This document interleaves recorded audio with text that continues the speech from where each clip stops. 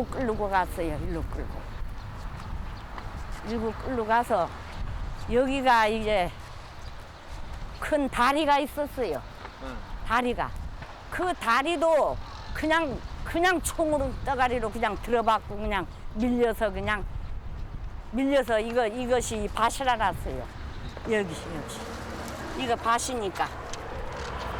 여기서 사살을 시켰어요. 네, 여기서 사살을 했어요.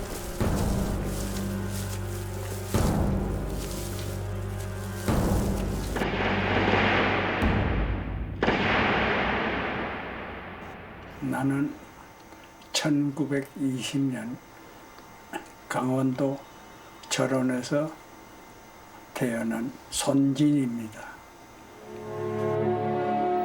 손진은 일본 유학생이었다. 게이오대를 중퇴하고 징병 검사를 피해 다니다가 적발돼 1945년 고향으로 호송됐다. 나는 1930년 6월 9일 평야에 태어난 최병률입니다. 최병률은 오천석 즉위 평양 부잣집 아들이었다. 1945년 그해 그는 철부지 중학교 1학년이었다. 1925년 3월 25일 경남 양산군 웅상면 맹공리 428번지 농촌 초가집 단칸방에서 태어난 이수갑입니다. 이수갑은 3대 머슴 집안의 아들로 1945년 그해 진해 해군기지에 있었다. 찢어지는 가난 속에서도 고학으로 자동차 기술을 배운 그는 해군 군용차 운전수로 징발됐다. 그는 이곳에서 처음 해방 소식을 들었다. 집으로 돌아가는 이수갑에게 일본군 상관은 인심을 썼다. 어차피 남기고 갈 수밖에 없는 물자들이었다. 일본 사람인데 그러니까 물건을 얼마나 그걸 했냐면 큰 일산 자동차 추럭대에다가 한 차를 실었어요. 살을 한 13가마이 될 때고 그때 이제 그 있어요. 강냉이 그런 거 옥수수 그걸 한 7가마이 되고 뭐 자전차 한 몇 개 하고 비누 뭐 이제 식기 같은 거 상대를 해가지고 한 차를 실었죠. 이수갑은 의기양양 부산집으로 돌아갔다. 그래 차를 가지고 한 차를 쓰고 들어가야 동네 사람들은 와 모아야 되는데 그래 뭐 짐을 내니 아마 그 동네 전체에서 내가 제일 부자지요.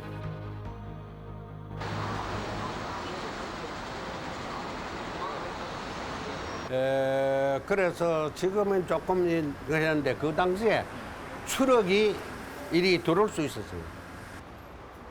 조다리를 쭉 깔고 오더라. 저게 그렇다면 쭉 깔고 오는데 여기다 마루가 있었어요.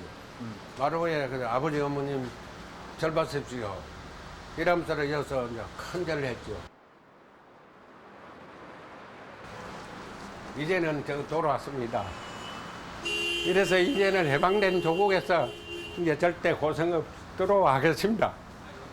이렇게 하면 절을 할 때 참으로 저에게는 해방이 오고 우리 조국이 왔는갑다. 이런 심정이었습니다.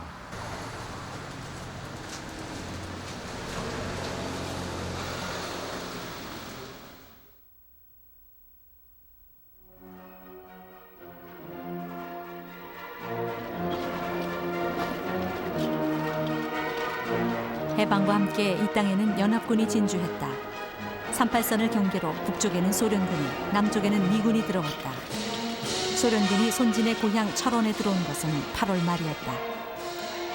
당시 손진은 철원 주민자치위원회에서 치안대장을 맡고 있었다. 소련 군정이 실시되면서 북한 각지에서는 활발하게 인민위원회가 설치되고 있었다. 그러나 그 시기 손진은 소련군의 손에 의해 느닷없이 유치장에 갇히게 된다. 이유도 모른 채였다. 2주일 만에 나왔나? 응? 나오니까 그때는 이제 자치위원회가 인민위원회로 바꿔졌고 완전히 공산주의 체제로 바꾼 거야. 나를 집어넣은 이유는 그대로 놔두면 여러 가지 반발이 일어날까 봐 일단 잡아넣어놓고 개변을 했다. 소련군 환영연까지 열었던 그에게 그것은 배신이었다.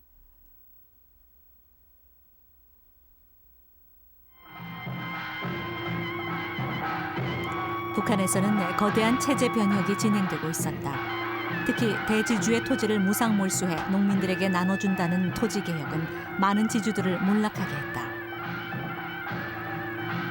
평양시는 조기대돌에 의해 가지고 이제 재산 몰수당하고 뭐가 이래가지고 온 가족이 그냥 전부 다 쫓겨났어.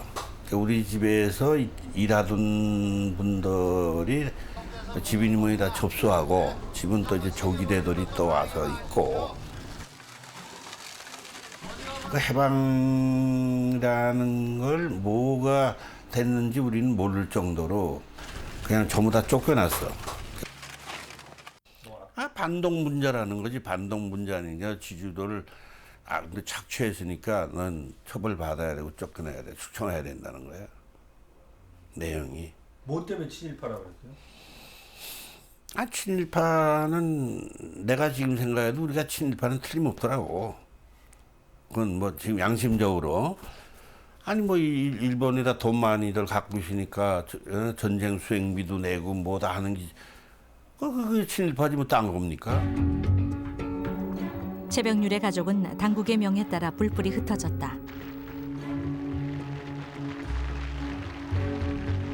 근데 거기 이제 하루는 농민 동맹을 구성을 한다 이거야. 가보니까 그 공산당에서 나온 사람이 뭐냐면 누구 위원장, 누구 뭐 이렇게 지명하는 거야.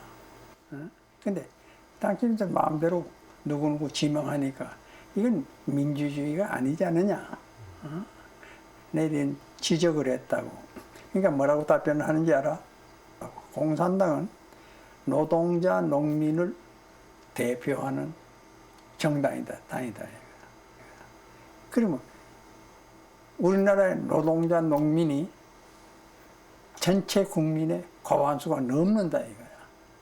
그러면 당에서 지명하는 것이 참 다수 인민의 의사다 이거야. 그거 뭐 그렇게 이론을 전개하니까 그 할 말이 없잖아. 응? 이건 안 되겠구나. 1945년 9월 남쪽에는 미군이 진주했다. 자동차 기술자가 별로 없던 시절이라 이수갑은 미군정 아래서 더욱 승승장구한다.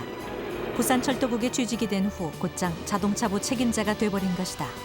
운전면허 타면은 대학 졸업생 이상입니다. 수입이 좋기 때문에. 그래 이 면허증만 얻으면 좋은데 장가 갈 수 있고 돈 많이 벌 수 있다. 근데 내구다이 메고 운전하고 이랬어요. 운전수는 다주 대우가 좋았어요. 사회적으로 대학생 시집을 보냈는데 대학생인데 가려고 하면 운전수인데 보내지 대학생인데 안 보내요. 20대 초반 젊은 나이에 그는 이미 7, 80명 운전수를 거느리고 있는 처지였다.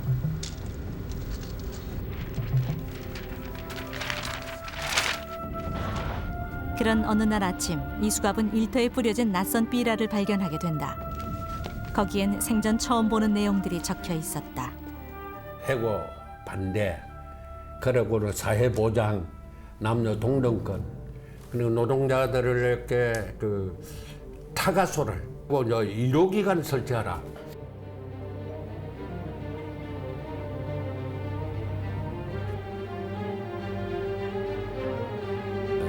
누려야 될 이런 조건들이 들어가 있기 때문에 진정한 해방이 되자면 아여가 좋은 일 하는 단체인데 싶어서 그래 이제 가입을 한 거지. 그 전까지는 전혀 이 단체 생활은 전혀 몰랐죠.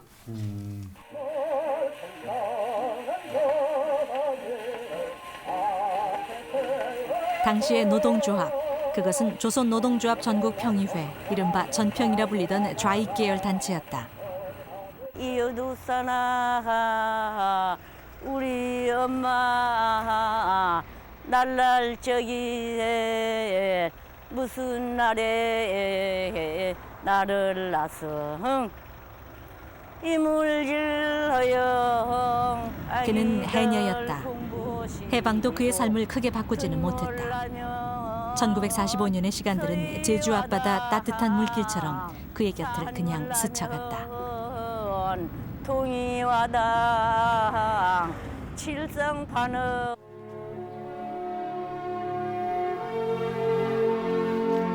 저는 애월면 하기서 제주시 도도 1동으로 시집 왔습니다. 성은 양씨 양자생이라고 합니다. 우리 신랑은 일본서만 공부했어요. 여기 한국서 공부한 것이 아니에요. 일본서 유학까지 마친 대학까지 마친 사람이에요. 그렇게 하고 금방 이제 학교 마쳐서 이제 한국을 이제 일본 시대에 제국 시대에다가 손 들르니까 왔어요. 여기 고향에 이제 재산도 있고 하니까. 남편은 제1동포. 우리말도 할 줄 몰랐다. 욕도 할 줄 몰라요. 욕도 할 줄 모르고 뭐 욕을 알아야 제 한국말을 욕을 하지. 그러면 뭐이라고 막 저기서 싸워서 하면은 저거는 뭔 의미로 저렇게 하느냐 이렇게 하고 그래요. 그렇게 책포만 쉬면서 가발만 말고 항상 두루매니까 항상 몸도 영 돼요. 항상 이 가발만 두루매니까.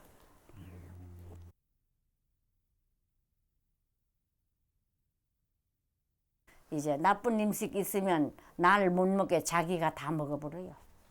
이제 옛날은 냉장고도 없고 하니까 음식 놔두면 변하지 않네요. 가지요. 좀 가고 이제는 뭐 냉장고 있고 다 있지만은 옛날은 이 더운 때에 뭐 하루도 못 놔둬요. 그런 거 있으면은 나 먹하보다고 물에 확 씻혀서 자기가 다 먹어버려요. 아기도 나를 안 줘요. 자기 이 식사할 때는 자기가 하나 먹고 나는 그냥 먹으라고. 그 시절 젊은 양자생은 행복했다.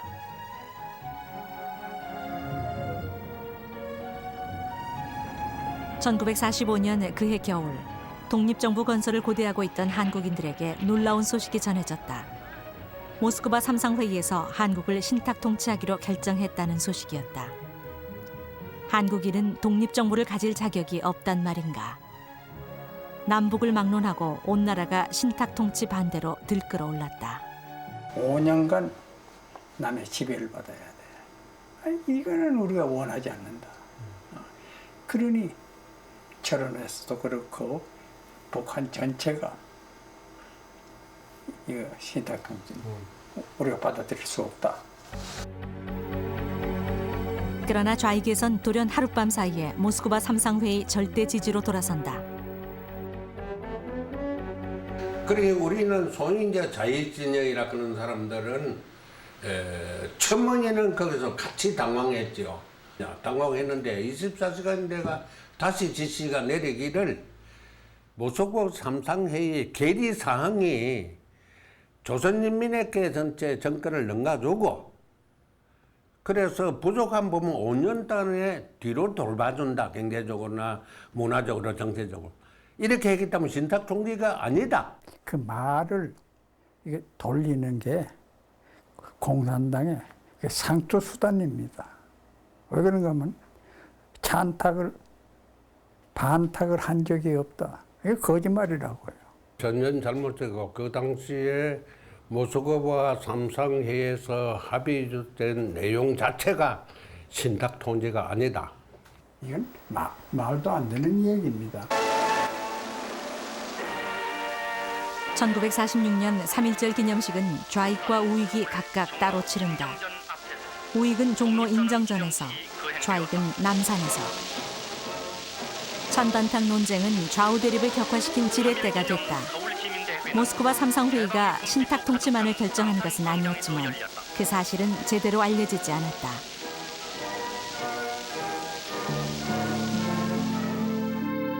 많은 사람들이 38선을 넘었다. 1946년 5월에는 최병률이, 1947년 5월에는 손진이 38선을 넘어 월남해왔다. 빈손으로 내려온 월남민들에게 하루하루의 삶은 고통이었다. 부잣집 아들이었던 최병률은 더욱더 그랬다. 찹쌀떡 장사, 메밀묵 장사, 아이스케이크 장사. 아이스케이크 조갈 같은 꼽아가지고 그때 만든 거 있었어요. 그것도 하고 또 이 서울역 엄청교역장 앞에서도 이제 그 담배꽁초도 주워다 까서 팔고 그 공책 장사, 연필 장사, 양처 장사 뭐 할 것 없이 저는 다 그거 하면 사는 거죠 뭐. 월남 학생들의 조직은 좌익과 싸우는 일을 업으로 삼았다. 최병률도 그런 학생 조직에 몸을 담았다. 단체적으로 이제 그 학생들이니 뭐니 이북학년 천막을 쳐줬댔어. 거기 가서 주면서 이제 그 소위 그때서부터 이제 그 반공투쟁이 시작된 거예요. 그때서부터 우리 이북학년이 돼가지고 싸우는 거지. 여기 뭐 일가 친척이 있어, 아는 사람이 있어, 연줄이 하나도 없는 거지. 38선 넘어오면서 반 거지 아니야? 이란 몰골 해가지고 친구를 찾아간다는 게 내 자존심을 용서하지 않으니까 안 찾아가는 거지. 그래가지고 이제 서북형에 뛰어든 거지. 학생들은 학생총연맹, 어른들은 서북청년단에 들어갔다. 서북청년단은 북에서 내려온 청년들이 합숙하며 몸을 의탁하던 군대식 조직으로 역시 반공활동을 주 목적으로 하고 있었다.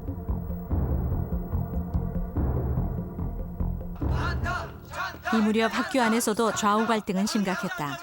이북학년의 활동은 이 학교를 무대로 한 것이었다. 선생님은 찬탁입니까 반탁입니까? 찬탁이 맞습니까? 그러니까 늘 싸우는 거야. 그래서 눈만 짜게지면 싸우는 거예요. 그들은 수십 명씩 집단적으로 학교를 전학 다녔다. 조선중학교라는 데 가니까 그 빨갱이들이 뭐 전부 학교 선생님 다 빨갱이야. 그래서 우리도 한 50명씩 집단적으로 가. 학교 선생이 뭐 이제 북한 맞아 이 공산주의를 찬양하는 발언을 하잖아요. 그러면 아니다 말이야. 그 선생님! 대들다 보니까 이렇게 또 선생 편 드는 사람은 그래서 그 싸움이 되는 겁니다. 그러면 한 6, 70명 한꺼번에 엉켜붙어 싸워도 수백 번 했지. 공부를 하기 위해 학교를 다니는 것이 아니라 빨갱이를 때려잡기 위해 학교를 다닌다는 것이었다.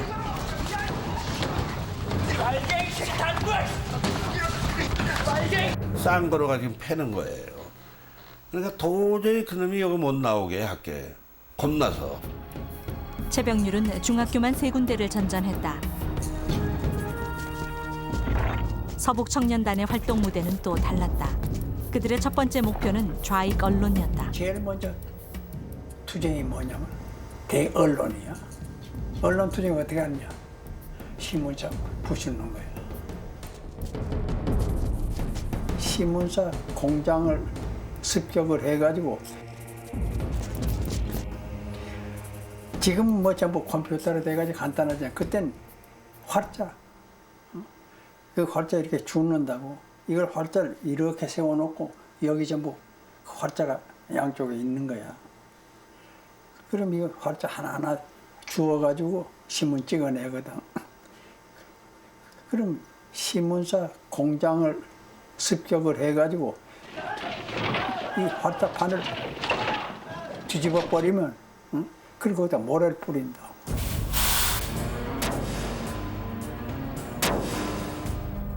서북 청년이 습격한 신문사에서는 밤새워 활자를 줍고 모래를 털어 다시 윤전기를 돌렸다. 그것은 간단 없이 되풀이되는 전쟁이었다. 당시에 무슨 이념적으로 공산당이 싫다 이전에 내가 공산당이라는 소련 이거 놈들한테 쫓겨나서 이거 와서 내가 이렇게 고생한다. 이 원수 갚아야겠다. 이런 생각이지 뭐 요새 지금같이 이념적으로 얘기는 생각한 적은 없죠.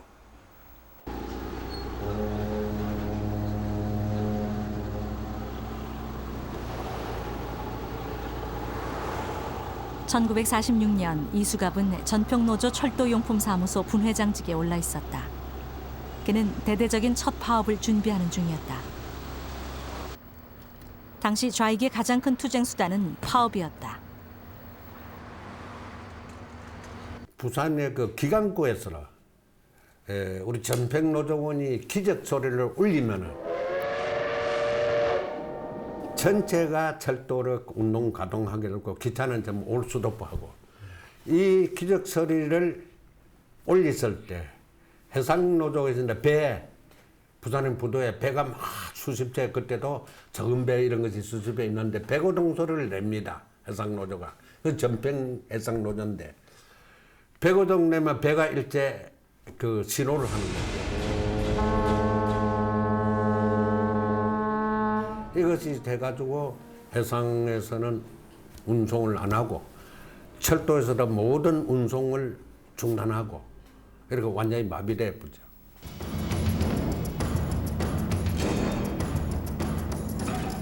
전국 규모의 파업이 부산에서 시작된 것이었다.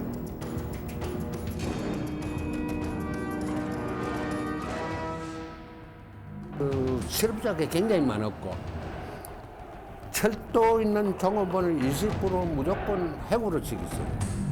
동시에 그 말하자면 철도 종업원의 1급제를 실시하고 이런 단합을 굉장히 받고 있었어요. 그래서 조건이 제국주의의 압박과 착취를 반대한다. 해고 감원을 절대 반대한다. 하루에 그때 식량이 대단히 부족했어요. 그 철도 조업원들에게는 하루 4홉씩 식량 배급을 하고 가족들에게는 한 사람당 3홉씩 배급을 해라. 당시 철도는 전평노조의 세력이 가장 강한 사업장이었다. 파업은 일사불란하게 진행됐다. 파업이라는 게 그저 좋게 말하자면 그 참 보이콧도 하는 그거 아니야.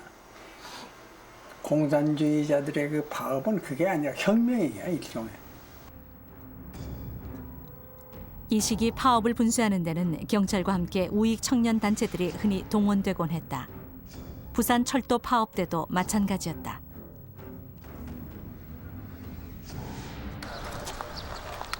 그날 이수갑은 밖에서 파업 노동자들에 대한 공격이 임박했다는 소식을 들었다. 여기 일대가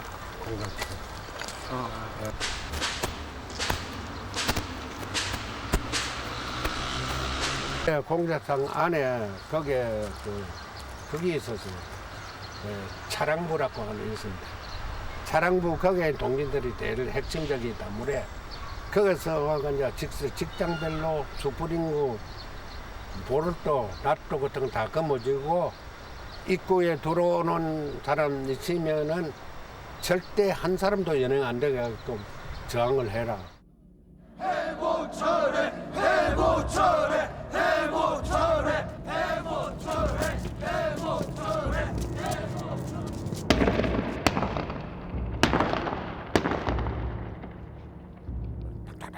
딱 죽어가지고 이협사격이죠. 갑자기 총소리가 들려왔다.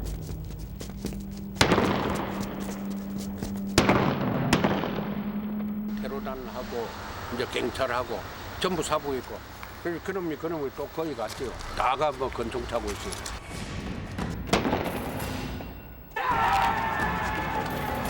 치열한 격투 끝에 철도 공장의 핵심 17명이 체포됐다. 이날을 시작으로 부산 일대 철도 노동자 300여 명이 피검되기에 이른다. 파업은 중단되고 조직은 와해됐다. 그때 철도의 종업원이 우익이 들어가지를 못했다고. 응? 전부 민전 조직이야, 좌익 조직이라고. 이러니까 뭐 왜 대화로 해가지고 풀지 않느냐? 그건 이론이야, 이론. 응? 그 짓들하고 대화가 돼. 죽이고 살리는데. 며칠 후 이수갑도 체포되고 만다. 네가 이놈 자체 이제 네가 수갑이제 그 수갑이제 네가 이놈 자체 여기서 총책임자제 이거 빨갱이 두목이 되면서 그냥 그대로 걷고 무조건 뭐 말할 여지도 없이 그냥 저 엎어놓고 발로고 차고 한데 그래 뭐 피투성이 되고 그래도 뭐 힘들었지요. 매일같이 11일간을 계속 당하니까 엄청나게 뭐 이거 뭐 전부 다 망가지고 막 이럴 거 아니야. 그래가 14일 만에 우리 형제가 이제 친척을 통해 가지고 면회를 왔는데 매일같이 장가 피투성이 됐는데 면회를 왔는데 보지만도 내 형님이 그때 계셨어요. 중형이 지금 돌아가셨지만 그래서 내 동생이 아니다 이랬거든. 나는 보니 형님이 맞는데 얼마나 망가졌는지 이런 상태였어요. 이수갑은 석방됐으나 직장에서 해고된다. 잘 나가는 자동차 기수자였던 그는 이제 지하 생활자의 길로 들어섰다. 1946년 11월 그는 남로당에 입당한다. 그러면 그때 당이 주장하는 거, 전평이 주장하는 것이 이거는 우리 민족이 반드시 조국을 독립 건설한다. 이게 사명이 있다 뭐래. 여기 온몸과 정신을 다 바친다. 이런 거지요.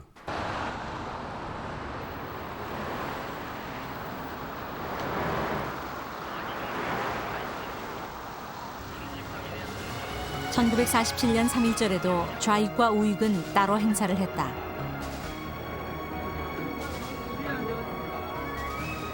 좌익은 남산에서, 우익은 서울운동장에서. 아무튼 우리가 이제 우리 서울운동장에서 회의를 하고 다 끝나고 사실은 우리가 이제 자익신문사도를 부시자고 어른들이 그래서 그럼 부시자고 그래서 오던 찰나 연락이 왔는데 그 빨갱이 놈들이 내려오면서 우리들을 뭐 한다. 그때는 이건 뭐 100명도 한 2, 30명 되는 게 싸워 되겠어요. 그러니까 우리가 전부 올려온 거예요.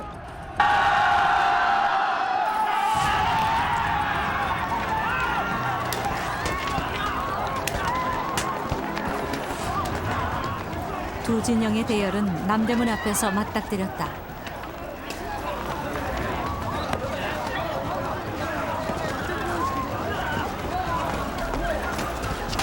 빨갱이들은 남자보다 여자가 더 독했다고요, 학생들이. 막 여자들이 불려서 뜯겨 나간 사람, 별 사람 다 있지만. 이게 사실 영화에 그렇게 요새 깡패 싸우는 그 장면 있잖아. 그건 아무것도 아니야. 남대문 일대는 아수라장이 됐다.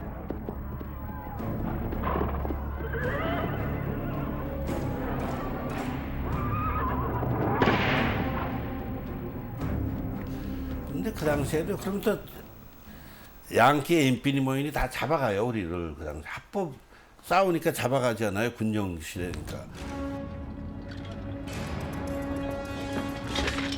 합을 경찰서에다 소대문 경찰서, 중부 경찰서, 뭐 종로 경찰서, 같은 데도 용산. 보면 이제 순사들이 또 우린 놔줘. 내려. 나가. 빨리 내려. 자, 이쪽으로 가. 빨리 내려. 아무튼 추록 타고 도요타 추록 타고 또 여기 오는 거야. 와가지고 또 싸우는 거야. 얻은 사람 3번까지 재패 같은 사람도 있어. 같은 날 부산에서도 좌우익은 3.1절 행사를 따로 가졌다.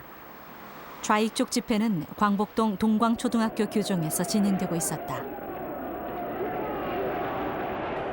그때 부산이 막 그때 한 7, 8만 명 모였어요. 7, 8만 명 모였어요. 집회로 하면서 즉시 46년도 미소공동회로 즉시해가 조선의 모든 주권을 인민위원회에 능가하라. 이렇게 소리를 지는데 우익 테러단들이 그 집회장을 수라장을 만들어 습격을 하는데 그러니 전처럼 때려잡으라 그러면 와 들고 연락이 이렇게 하니까 경찰이 그냥 그대로 발포를 하기 시작해요.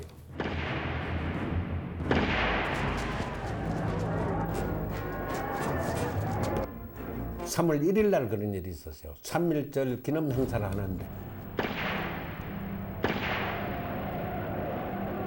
이날 전국 각지에서 좌우익은 격렬하게 충돌했다. 서울에서도 부산에서도 경찰의 발포가 잇따랐다. 3.1절 충돌로 전국에서 38명의 사상자가 발생했다. 서울에서 2명, 부산을 포함한 경남에서 5명, 제주에서 6명 등 모두 16명이 목숨을 잃었다. 그해 여름 서북청년단은 활동 영역을 넓혔고 손지는 동료들과 함께 부산으로 내려갔다. 그러니까 그때 내려가기 전에 부산의 사태는 어땠는가 하면 부산 경찰서 그 남서라 그래. 남서 경찰서장이 백주에 암살당했다. 좌익인데 암살당한 거야. 우리가 내려가기 한 2주일 전이야. 그 다음에 계속해서 누가 암살당했는가 하면 그때 국민회라는 게 있어요. 경남 지부장이 엄민영이라고 있어. 이 양반이 백주에 암살당했다. 그러니까 좌익 천하야.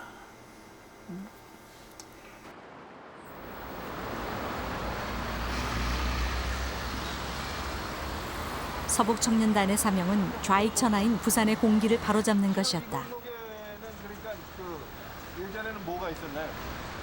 이게 전부 손지는 부산 시절 그들이 벌였던 큰 사건 중의 하나로 남로당 습격을 꼽는다.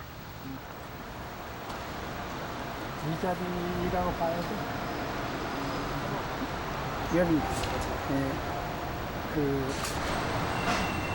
도도노조 대운동맹하고 그저 남로당 사무실이 여기 있어요.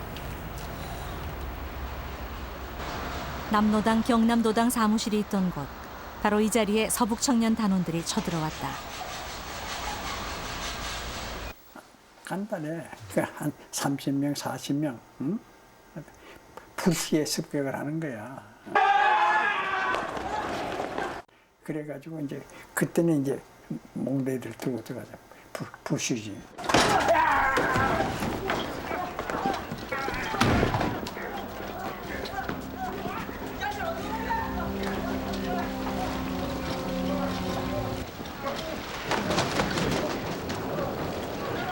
그들은 이날 뜻밖의 수확을 거뒀다. 한 단원이 남로당의 기밀 서류처를 찾아냈는데 들춰보니 깜짝 놀랄 만한 물건이었다. 와서 그 서류를 보니까 당원 명부야. 근데 당원 명부에는 비밀 당원이 있다고. 그 비밀 당원 중에 현직 검사가 있는 거야. 이 목숨 숫자 복복자야. 정수복인데 이 정검사는 공산당이다 이런 말이 많았다고. 그러면 현직 검사하고 우리가 어떻게 싸우는 방법이 없잖아. 저거는 제가 해야 된다.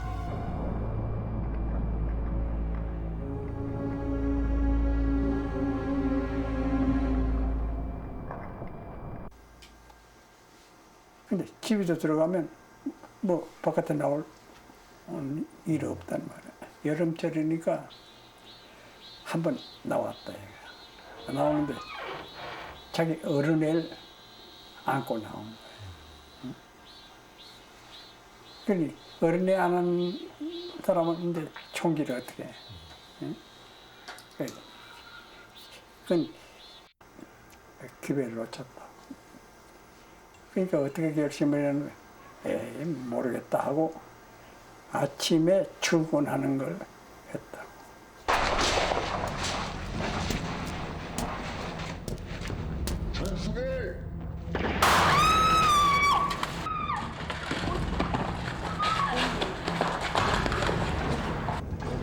한 방에 쓰러졌다.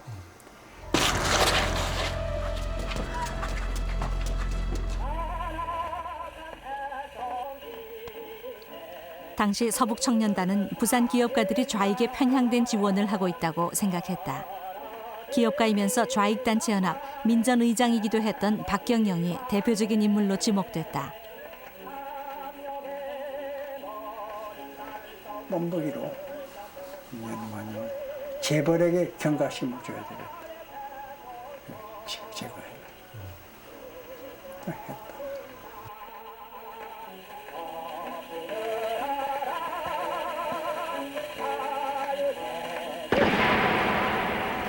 정수복 검사 암살로부터 불과 2주일 후에 일어난 일이었다.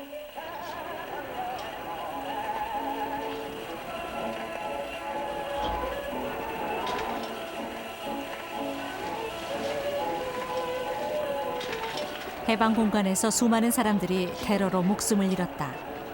송진우, 장덕수, 여운형, 김구. 알려진 이름들과 알려지지 않은 이름들이 시대의 어둠에 함께 묻혔다. 어떤 신념이 그들을 죽였는가? 무엇이 그 죽음을 필요로 했는가? 죽여 없애지 않고는 결코 함께할 수 없는 그 적은 누구인가? 지금 내가 얘기하는 이거를 현재 잣대로 재가지고는 그 시대가 그렇게 하지 않으면 안 되게 돼 있다고. 아니 일제 때 독립운동 할 적에 요새 그렇게 얘기하는 놈들 많다고. 아니 그 테러 아니냐 말이야.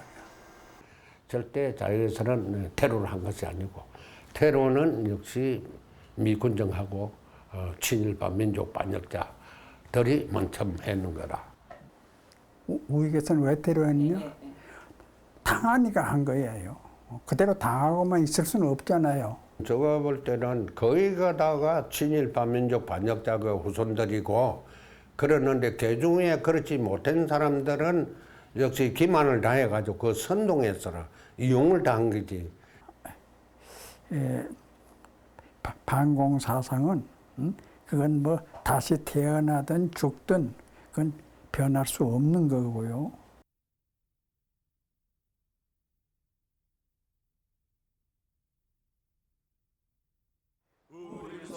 우리는 서북청년군 조국을 찾는 용사로다. 나가 산발선 넘어 내국로 쳐버리자. 진주 우리 서북 지옥이 되어 모두 도탄에 헤매고 있다. 동지는 기다린다. 어서 가자 서북에. 등잔 밑에 우는 형제가 있다. 원수한테 밟힌 꽃봉이 있다. 동지는 기다린다. 어서 가자 서북에.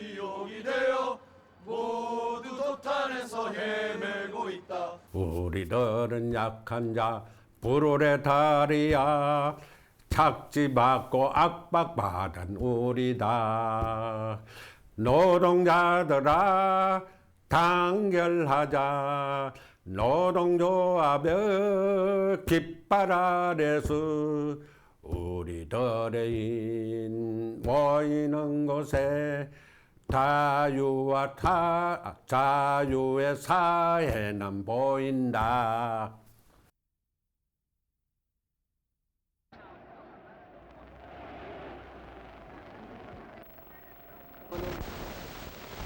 날 사랑하는 동포 여러분, 이게 들립니까?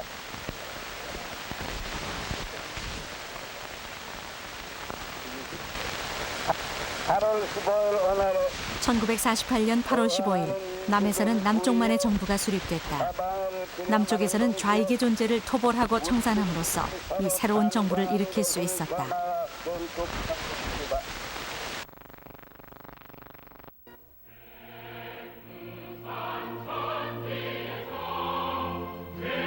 (1948년 9월 9일) 북에서는 북쪽만의 정부가 수립됐다.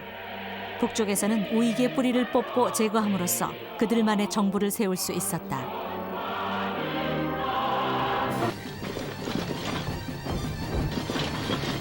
남과 북의 정권은 자신과 다른 존재를 철저히 말살해왔다. 그러나 완전한 청산에는 오랜 시간이 걸렸다. 50선거를 한 달여 남겨놓은 4월 3일 제주에서는 남한만의 단독 정부를 반대하는 좌익 무장 봉기가 일어났다. 산으로 들어간 좌익 무장대와 군경 토벌대 사이에는 길고 오랜 유격전이 이어지고 있었다.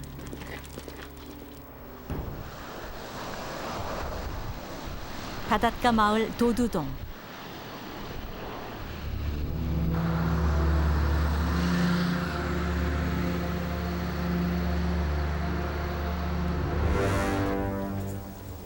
(1948년) 늦가을 어느 이른 아침 이 마을에 갑자기 낯선 손님들이 찾아들었다. 근데 이제 왈칵무다 들어서 그냥 집집마다 총 들고 그냥 막 나오라고 막 빨리. 가면 빨리 안 나오면 쏘아버리겠다고. 그냥 빨리 나오라고.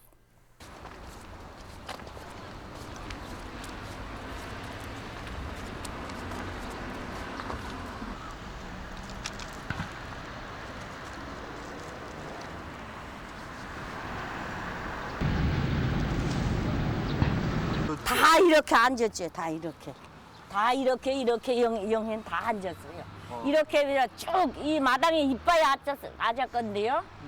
이 여자 남자 없이 전부 몰아놓으니까 여기가 이빨이 앉았어요.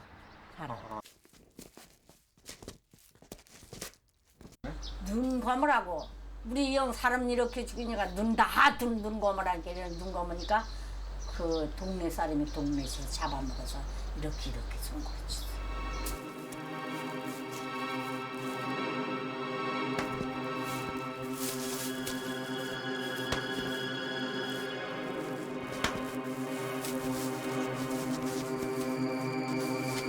그럼 있는 사람들을 끌고 간 거예요? 예, 일로 끌고 갔어요. 일로 끌고 가서 여기가 이제 큰 다리가 있었어요. 다리도 그냥 무조건 그냥 총따가리로 막 박으니까 그냥 이 안 막아놓고 오니까 질도 모르고 그냥 뛰는 게 그냥 그런 데다가 밭에까지 그냥 사가지고.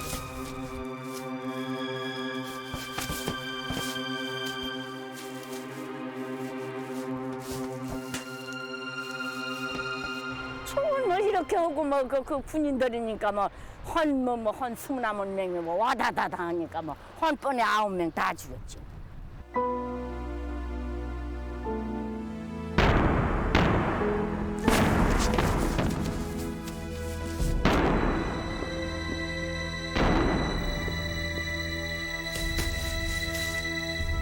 욕 한마디 할 줄 몰랐던 쑥맥 같은 남편.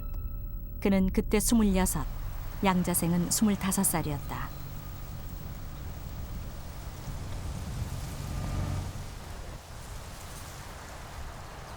이거 잊어본 날이 없어요. 잊어본 날이 없어요. 나가 죽어서 가슴이 썩어야 잊어본 날이 없어요. 왜 죽인 거예요 그때? 그걸 알 수가 있어야지요. 나도 몰라요. 나오라이언 그렇게 하니까 몰라요. 발포 후에는 산사람들이 다시 내려와 마을에 모두 불을 질렀다.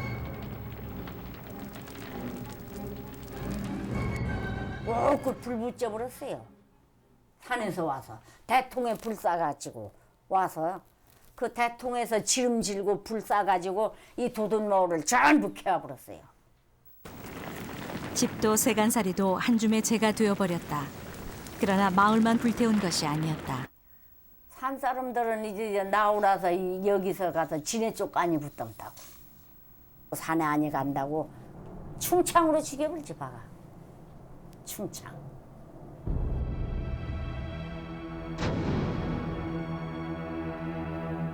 그때 동네 사람들도 열하게 죽었어요. 일놈도 잊어버리겠어요. 우리 여기 이 신랑 말제 아방도 산 사람이 죽여버리고 이 조카가 이거 승경이라고 이거 행사 죽여버렸는데 말제 따방도 이거 산 사람이 죽여버렸어요.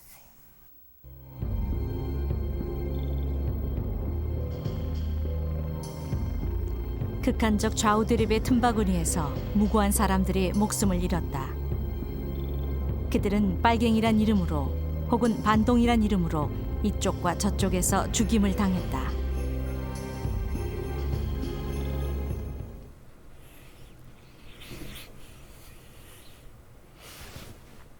그럼 알 수가 있어야지. 내가 알 수가 있어요.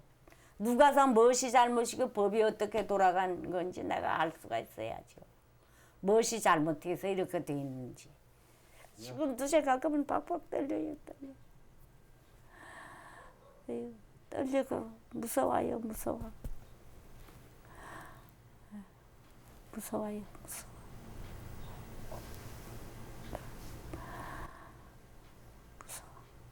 떨려요.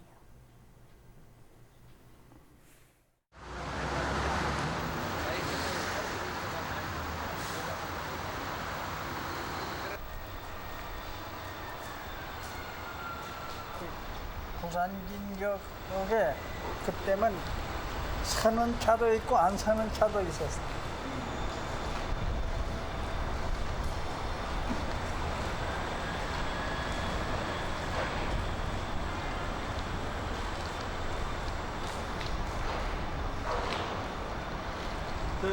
실은 저희가 굉장히 중요한 두 분을 오늘 한 자리에 모셨어요. 네. 그러니까 소개를 드릴게요. 예. 먼저 이 선생님은 손진 선생님이시고요. 서북 청년회 그렇습니까? 경남도 본부 선전부장. 그래, 하셨고요. 계셨구만요. 그리고 지금 저기 이수갑 선생님이신데요. 네. 이수갑 선생님인데 남로당 노책. 노책 하시고 예, 노책. 그다음에 전평이랑 그 민전 활동하셨던 분입니다. 손 선생님.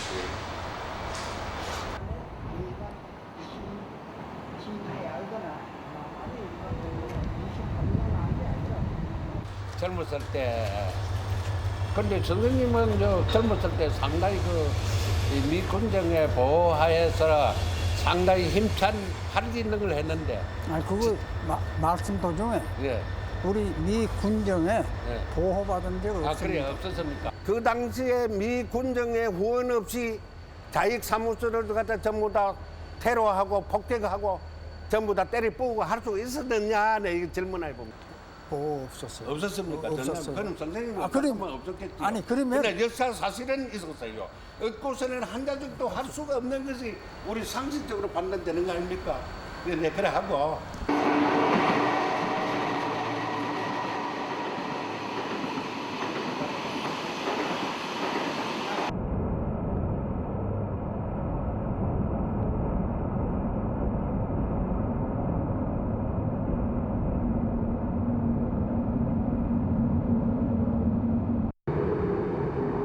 그 사람들은 알 수가 있느냐? 아니 결론을 했다. 참 좋은 세상 됐다고. 아마 속간 얘기가 한 10년 전만 하더라도 선생하고 나하고 이렇게 만나가지고 이런 얘기 선생이 가면 못하실 저도 겁니다. 오늘 다행으로 생각합니다. 그런데 세상이 많이 세상이 안 바뀌어도 저도 물건 정금은 많이 당했습니다. 뭐 이런 세상으로 변했으니까 근데 이렇게 항의 투쟁했으면 자기 오늘 서로 이렇게 하고 달리 그런 데다 같은 우리가 민족인데 만나서 반갑어요. 아니 민족 얘기하지 마세요. 아니 근데 민족 얘기하지 말고 선생님 어디서 짜증나십니까? 대한민국 국민이야 나는. 국민인데 넓게 말해서는 한 민족 아닙니까? 넓게 공산주의자는 필요학적의 민족을 얘기를 하지. 전에 6.25 때 남침학적에 김일성이가 민족 얘기. 그러면 자기 사상 아닌 사람은 전부 다 민족이 아니네요. 그러니까 말할 아니 적이라는 게 뭐야? 말이 아니에요. 아니 적이라는 게 뭡니까? 나를 죽이려고 하는 사람이 적입니다. 그거는 굉장히 감정이 아니라고. 오늘이라도 나를 죽이고 우리 집이 그 재산을 북한에 강탈해가고 있는 사람을 앞으로 후손들까지도 젊은 사람까지 영원히 갈라놓겠단 말입니까? 갈라놓는 거 하고 그런 논리밖에 안 되잖아요. 해방 후 60년 좌익과 우익은 아직도 만나지 못한다.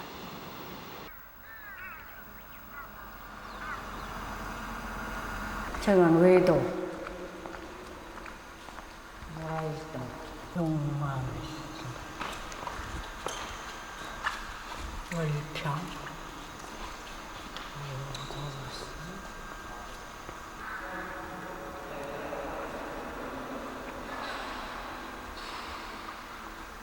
장두문, 장두백, 장두범, 장두욱,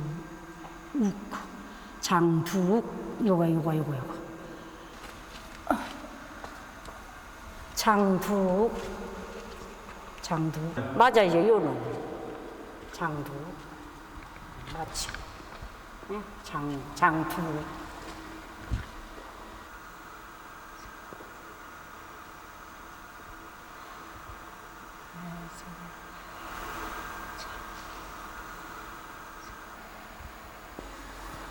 이렇게 많이 희생을 했구나. 이렇게 많이 희생을 하고. 아이고 세상에. 당신 생각이 잠들지 않은 내가 잊어볼 수가 없고 가슴에 묻어요. 가슴에.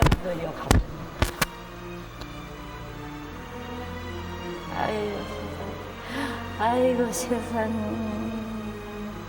이렇게 우리 이렇게 많이 죽었구나. 이렇게 많이. 아이고 세상에. 양자생은 혼자 살아남아 올해 82살이 되었다.